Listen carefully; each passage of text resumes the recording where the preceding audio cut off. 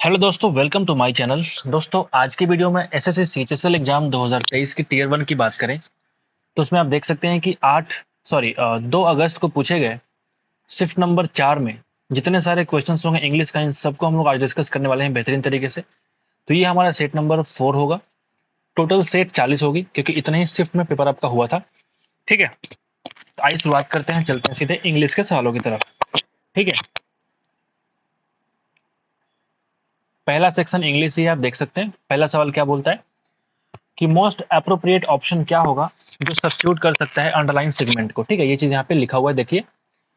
तो despite being his competitor, John was generous and forgiving.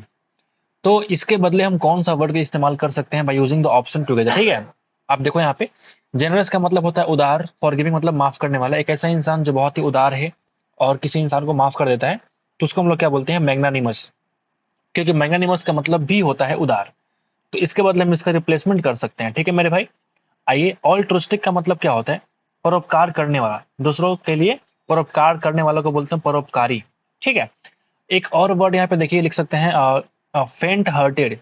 इसको बोलते हैं हम लोग डरपोक, बहुत अच्छा वर्ड है। फेंट हार्टेड का मतलब होता है डरपोक को बोलते हैं वेनमस। एक वर्ड है वेनम, वेनम का मतलब होता है विष। तो वेनम से बन गया वेनोमस, इसका मतलब होता है भैया विषैला।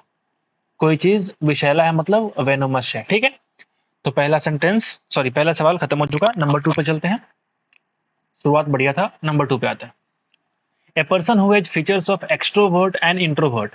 एक्सट्रोवर्ट का मतलब होता है बहिर्मुखी, इंट्रोवर्ट का मतलब अंतर्मुखी। क्या मतलब हुआ, जो अधिक बोले, जो कम बोले, एक्सट्रोवर्ट एंड इंट्रोवर्ट। लेकिन जिसके पास दोनों फीचर हो उसको हम लोग कहते हैं एम्बीवर्ट। अधिक बोलने वाला क्वालिटी और कम बोलने वाला क्वालिटी भी हो तो उसको बोलते हैं हम लोग एम्बीवर्ट। समझ के बाद, स्टोइक का मतलब होता है वैरागी। ठीक है, स्टोइक।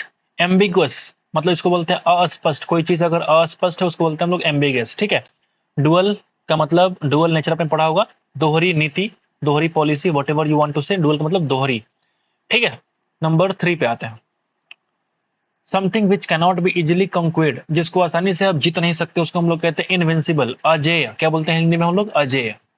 एक वर्ड यहाँ पहला है फ्राइटनिंग, जिसका मतलब होता है डराने वाला, भयानक। आप इसको लिख सकते हैं, फ्राइटनिंग मतलब भयानक। ठीक है, रेसिप्रोकल को हम लोग कह सकते हैं पारस्परिक, पारस्परिक को बोलते हैं हम लोग रेसिप्रोकल। ठीक है, स्टेबल का मतलब भैया स्थिर, जो स्थिर है, बिल्कुल स्टेशनरी है, उसको हम लोग क्या बोलेंगे, स्टेबल है।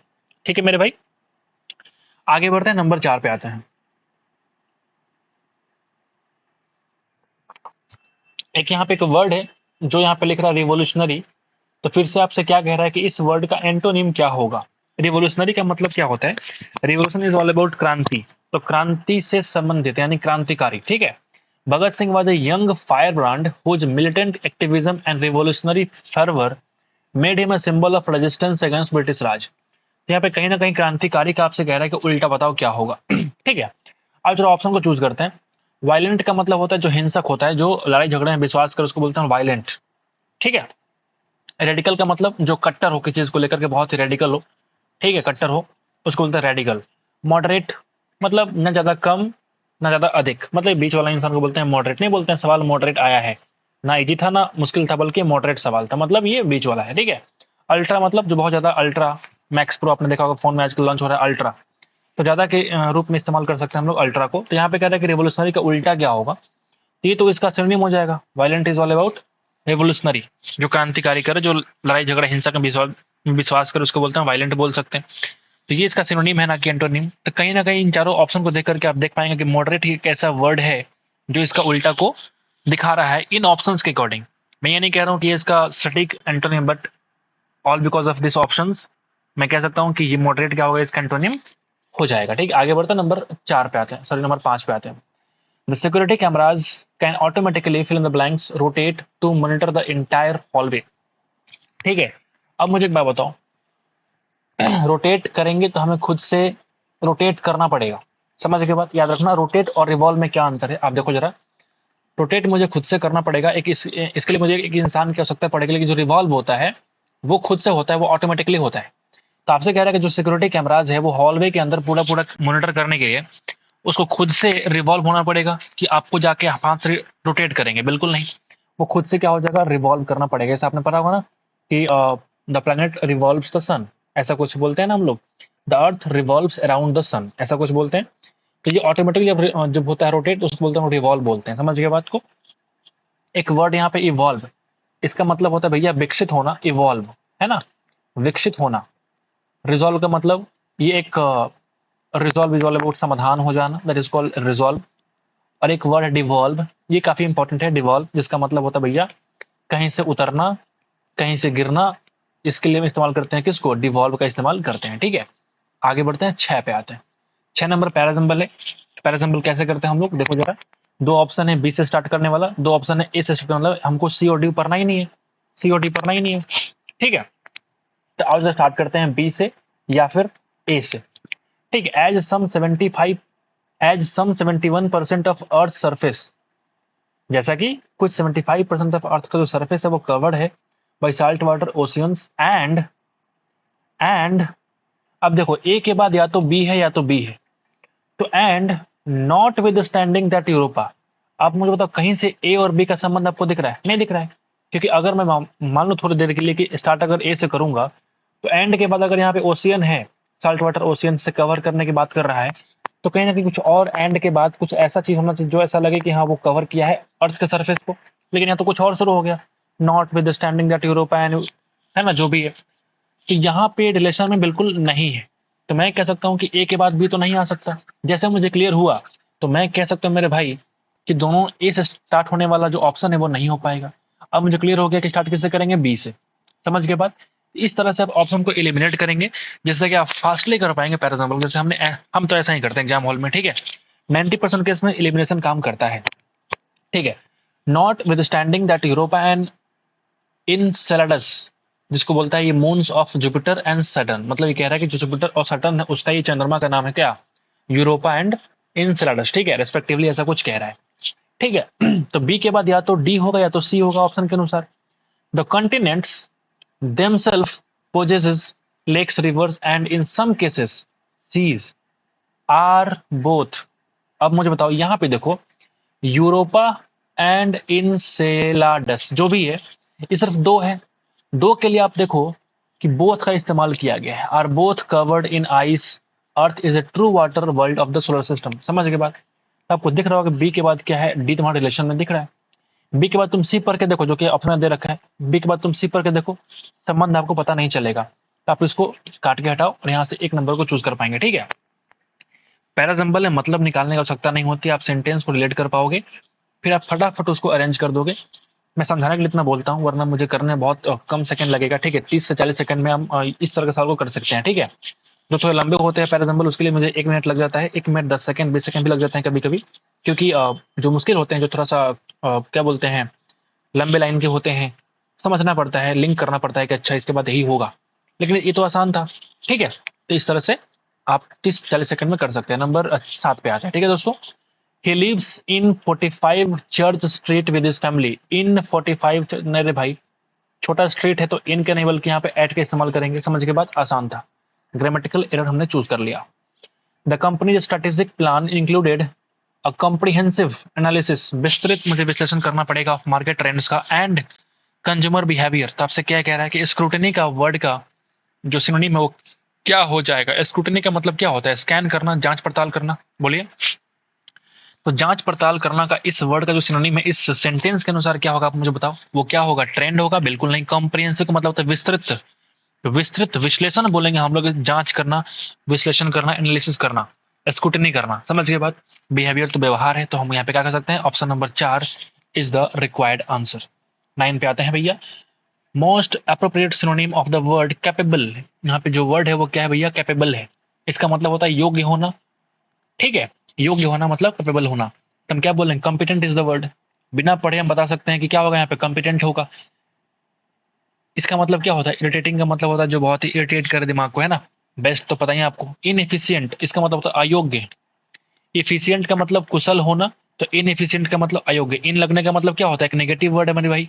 बोलिए, तो आगे बढ़े, कंपिटेंट क्या हो जाएगा, इसका सिनोनिम हो जाएगा। समझ के बाद, सिनोनिम हो जाएगा, योग्य यहाँ भी और योग्य यहाँ भी। अगर आपसे पूछता है एंटोनिम बताओ, तो क्या बोलते हैं, इनएफिशिएंट। आगे बढ़े और नंबर 10 पे आते हैं। आपसे कह रहा है पैसिव वॉइस में कन्वर्ट करो।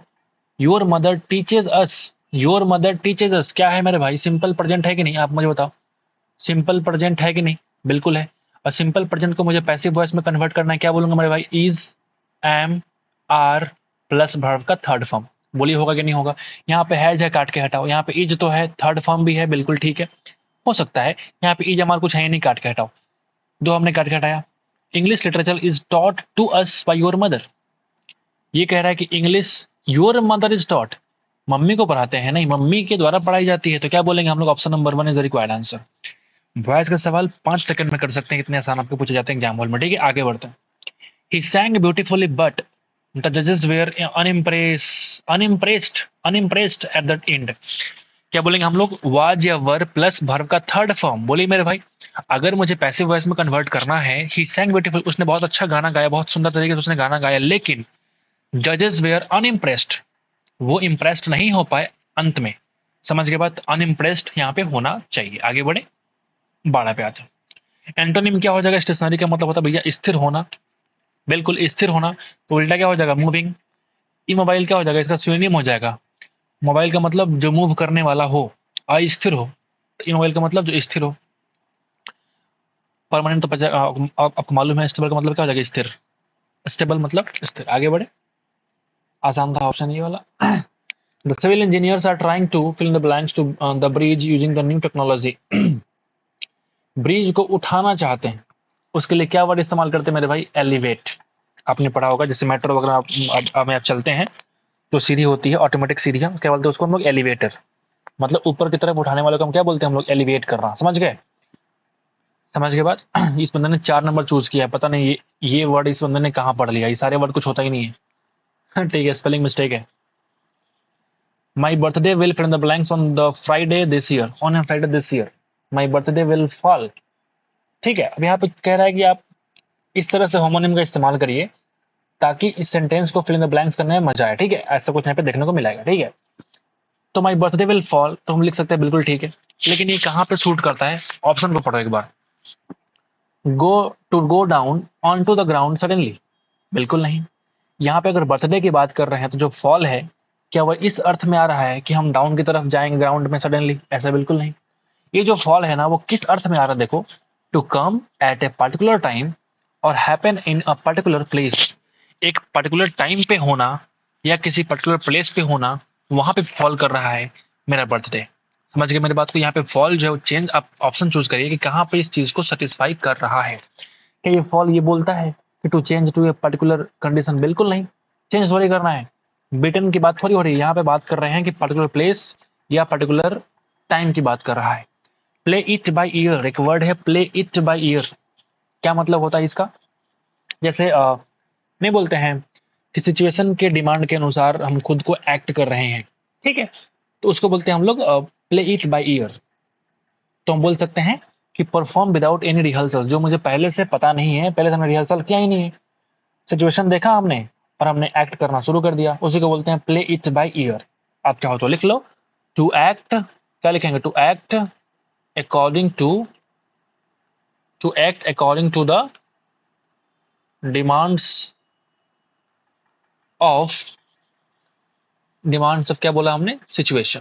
ठीक है, सिचुएशन। समझ के आगे बढ़ते हैं। फिर से आगे पहला एग्जाम्पल, कोई बात नहीं। आप देखो यहाँ पे 2 बार ए है, सी है, बी है, लेकिन स्टार्ट करो अगर ए से तो विथ द ओकल्ट। आपको लगता है कि स्टार्ट कर सकते हैं विथ से? कर सकते हैं, बट यहाँ पे सूट नहीं कर रहा है, with the occult and the stannic. तो ये हमारा ऐसे ही खत्म हो गया। बहुत ही गंदे ऑप्शन है भाई, बी और सी। तो सी पर कैसा लग रहा है कि अच्छा, shaping plausible fabrics out of impalpable materials. ठीक है, आगे पढ़ो। Poe's work owes much to the concern of romanticism. तो पढ़ के देखो, इस चारों ऑप्शन को यूज करो और पढ़ के देखो क्या सुटेबल अर्थ निकलता है। ऑटोमेटिक इसका मतलब निकाल सकते हो। इस तरह गंदे गंदे ऑप्शन है ना, या फिर एक पूरे सेंटेंस को पार्ट वाइज कर दिया है। सेंटेंस का रीअरेंजमेंट नहीं बल्कि उसके पार्ट का रीअरेंजमेंट है, ऐसा आप कह सकते हैं। ठीक है, एग्जाम्पल ऑर्डर में दे रखा है। तो जो पोइज का वर्क है वो ऑ करता है क्या? Much to the concern of romanticism पे डिपेंड करता है। ठीक है, वो कंसर्न करता है। ठीक है, with the occult and the satanic, which in turn owes much also to his own favorite dreams। जो उसके अपने जो favorite dreams है उसके ऊपर फोकस करता है, ऐसा कुछ यहाँ पे देखने को मिल रहा है। तो रोमांटिसिज्म में डिपेंड करता है। तो हम स्टार्ट करेंगे बी से। एक बार अगर शुरू हो गया बी से तो मुझे कुछ और करने की आवश्यकता है नहीं, क्योंकि सारे में ए है, सी है। तो क्या बोलेंगे, option number D is the required answer. आगे बढ़ते हैं, नंबर 17 पे आते हैं।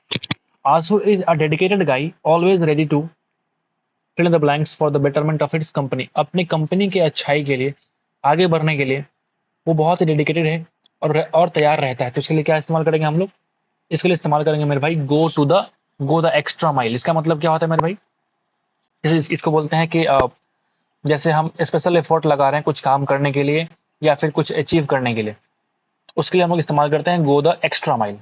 चाहो तो आप लिख सकते हो कि मैं चाहता हूँ, आई वॉन्ट, या फिर विलिंग, ऐसे लिख लो, willing to make special effort, make willing to make a special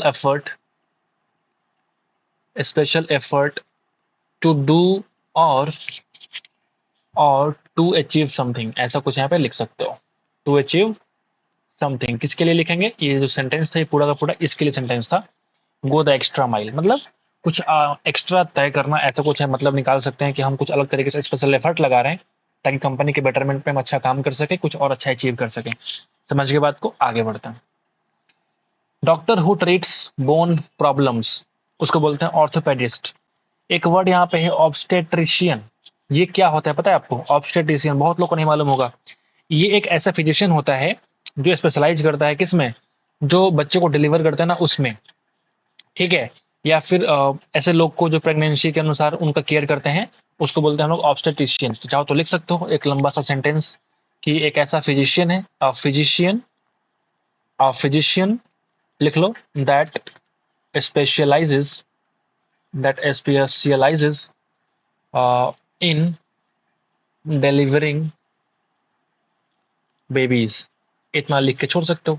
या फिर और अगर चाहो लिखने के लिए तो लिख लो and caring for people during pregnancy and after they give birth. Pregnancy के दौरान या फिर बच्चे के जन्म के बाद भी जो केयर करते हैं लोगों को, उसी को हम लोग कहते हैं ऑब्स्टेट्रिशियन। ठीक है, आगे बढ़े। एक वर्ड गायनेकोलॉजिस्ट, मतलब इसको बोलते हैं स्त्री रोग विशेषज्ञ। क्या बोलते हैं, गायनेकोलॉजिस्ट। समझ गए बात। अच्छा, एक वर्ड यहाँ फिजियोथेरापिस्ट, जो फिजियो करते हैं उसको बोलते हैं फिजियोथेरापिस्ट बोलते हैं। ठीक है, आसान था ये वाला। एक वर्ड होता है कार्डियोलॉजिस्ट, हृदय रोग विशेषज्ञ। एक होता है न्यूरोलॉजिस्ट, ब्रेन के संबंधी जो होते हैं उसको बोलते हैं न्यूरोलॉजिस्ट। एक होता है डर्मेटोलॉजिस्ट, आप चाहो तो लिख लो। एक होता है डर्मेटोलॉजिस्ट, जिसको हम लोग क्या कहते हैं, त्वचा रोग विशेषज्ञ। आगे बढ़ते हैं, जो मुझे याद है मैंने लिखवा दिया आपको। Your lack of knowledge of recent advances in technology will be a sit back. What is the meaning of sit back, नहीं भैया, set back for your business. ठीक है, ये कह रहा है कि आपके बिजनेस के लिए जो आपका जो लैक ऑफ नॉलेज है, जानकारी जो आपके पास कम है, आपके पास टेक्नोलॉजी में एडवांसेस बहुत कमी है, तो ये एक पराजय होगा आपके बिजनेस के लिए। वही आपसे यहाँ पे कह रहा है कि यहाँ पे सेटबैक इस्तेमाल करेंगे, ना कि सीटबैक। समझ के बाद, आसान था ये वाला। 20 पे आते हैं मेरे भाई। पैसिव वॉइस में कन्वर्ट करेंगे, the governor of the state inaugurated, इसका मतलब क्या होता है, उद्घाटन करना। ये सिंपल पास्ट का सेंटेंस है मेरे भाई, बताओ, है ना। 90% केस में क्या होता है कि पैसिव वॉइस में सिंपल पास्ट के सवाल आते हैं मेरे भाई, आप देख लेना, ट्राई कर लेना। तो क्या बोलते हैं पैसिव में, वाज या वर प्लस वर्ब का थर्ड फॉर्म। आओ जरा चूज कर ले, यहाँ पे हैड बीन काट के हटाओ, यहाँ पे कुछ वाज वर है ही नहीं, यहाँ पे देखो हैज बीन काट के हटाओ। एक ही ऑप्शन है जहाँ पे वाज आपको दिख रहा है, बाकी कहीं पे दिख नहीं रहा है। सिंपल मारो और निकल लो, टाइम वेस्ट नहीं करेंगे। आते हैं हम लोग क्लोज टेस्ट में। ठीक है मेरे भाई,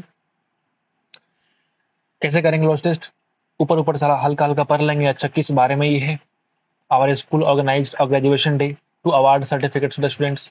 बच्चों को अवार्ड देने के लिए, सर्टिफिकेट देने के लिए क्या करेंगे हम लोग, एक ऑर्गेनाइज कर रहा है, ग्रेजुएशन डे मना रहा है। ठीक है, द ग्रेजुएशन डे हाईलाइट करेगा the overall achievement of the student, जो स्टूडेंट के पूरा का पूरा ओवरऑल अचीवमेंट पे डिपेंड करेगा, हाईलाइट करेगा उस चीज़ को। All the students who are being graduated are invited formally with their parents.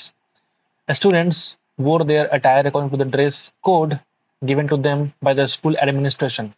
High school graduation, fill in the blanks, is one of the high school graduation, fill in the blanks, is one of the most awaited and last event of my school, of any school. क्योंकि यहाँ पे event अगर जैसे ही देख लिया कि एक event का है one of the most awaited and last event, मतलब ये इवेंट है, तो अगर इवेंट होगा तो स्कूल के अंदर क्या एपिसोड चलाएंगे, क्या स्कूल के अंदर फेस्टिवल चलाएंगे, क्या स्कूल के अंदर इंसिडेंट घटना घटाएंगे? बिल्कुल नहीं। स्कूल के अंदर क्या होगा? सेरेमनी होगा।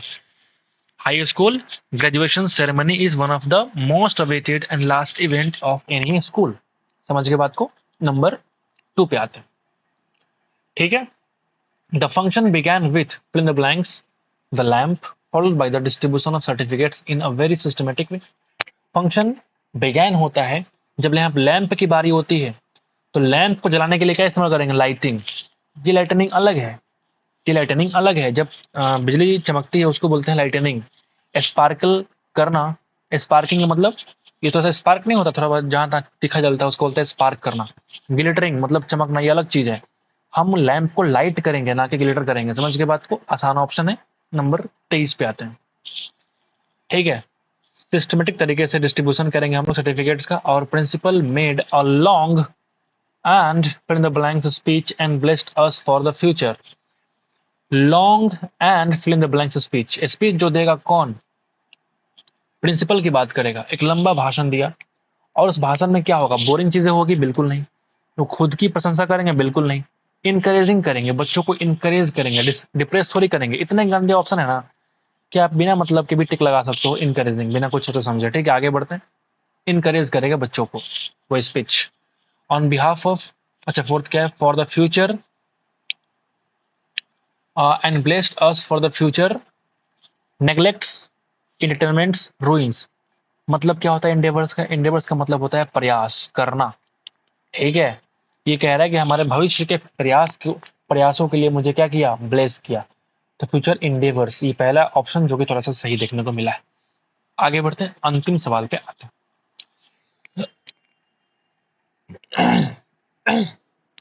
सॉरी।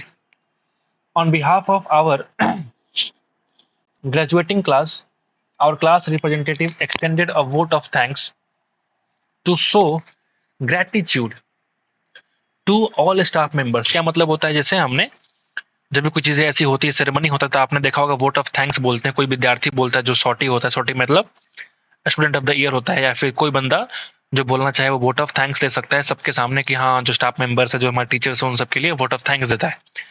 उससे क्या दिखता है? हमारा ग्रेटिट्यूड दिखता है, मतलब एहसान, कि आप लोगों ने जो मेरे ऊपर एहसान किया है उसके लिए हमने थैंक्स का वोट हमने आपको दिया है, वोट ऑफ थैंक्स दिया। समझ गए बात? तो ग्रेटिट्यूड बल्कि यहाँ पे बात करते हैं टू शो ग्रेटिट्यूड, एहसान दिखाने के लिए। समझ गए मेरी बात? एक वर्ड यहाँ पे ग्रेटिट्यूड मतलब होता है दयालु, लिख लीजिए। इसका मतलब दयालु होता है। कोर्टियस का मतलब सेम होता है। ग्रेट का मतलब अभिवादन करना, ग्रेट का मतलब अभिवादन करना। समझ गए? तो इस तरीके से हम लोगों ने सेट खत्म कर लिया है। तो उम्मीद करते हैं कि आपको पसंद आया होगा। तो एक बार लाइक कर दीजिएगा हमारे इस एफर्ट के लिए। मिलते हैं आपसे अगले शिफ्ट में। आज के लिए इतना ही दोस्तों, थैंक यू सो मच।